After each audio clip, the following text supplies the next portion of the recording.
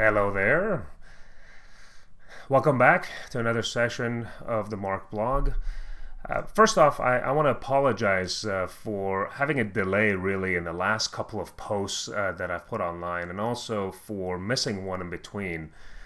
I really thought that I didn't have much to say at those stages, which is why I was delayed or I skipped one. But I realize now that it's important for me to at least give you guys an update about what's going on with the business.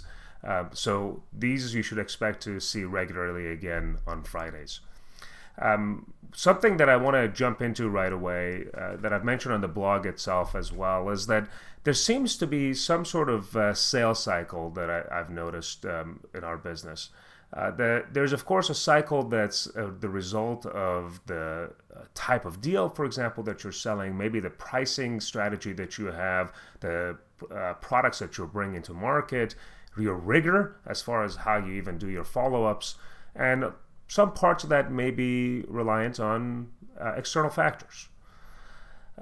So that's one part. There is another factor, another cycle that I've begun to notice, and that's seasonality, which is not something I would have expected, really, in the end, for software development or services that we would provide. In fact, it's something that I've spoken with other entrepreneurs and business owners, and this seems to be fairly common with them as well. So what I've noticed is that the summer vacation mindset sort of begins to set in at around June timeframe, and that's expected to a certain extent because people have been working for 6 months straight up until that point, and they're really looking forward to spending some time with their family, especially in the States when the kids may be coming out of school. They're looking for camping or other trips that they can potentially take together. And then September, October timeframe seems to be the time when everybody's back, and now they've got a whole lot of work that they need to catch up on and begin to deliver on, or essentially close out some of that work before the year's end.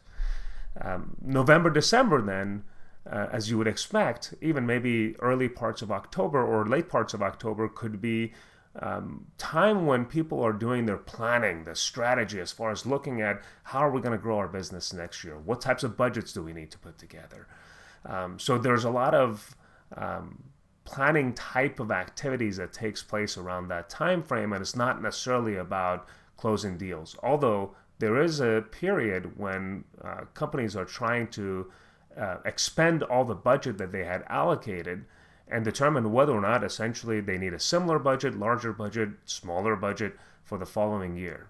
So that's part of that planning process as well. So what do you do? How do you fit in your business in that cycle? And my new plan is to focus a lot of business development and marketing efforts really around those downtimes. So developing content around summertime for blogs, presentations, new product offerings, new service offerings, and then aim to close deals that may have had momentum from earlier part of the year around September, October timeframe, and then take advantage of that year-end budgeting. Whether that means essentially closing deals and trying to expend those dollars that customers want to expend, or getting involved in a lot of those discussions about what are your strategies, what are some of the pain points you're trying to address, how are you trying to address them, and then determine if we can help and how we can help those customers with what they're trying to implement. So it would be a question of getting in front of these customers to not only better understand their needs, but maybe even provide some content to help them educate and shape a lot of those budgets or strategies for the following year, while continuing to develop, of course, content, but offering up or even testing some of the material that I had previously developed in summer time frame. It all comes down to, I think, planting seeds. I'm looking at it from a gardening perspective, right? There are certain months of the year where you plant seeds or plant new plants, and then they begin to grow and flourish the rest of the year. It's not that you're not working on them the rest of the year. You're pruning, you're helping them with giving them additional vitamins, fertilizers, whatever the case may be to continue to grow.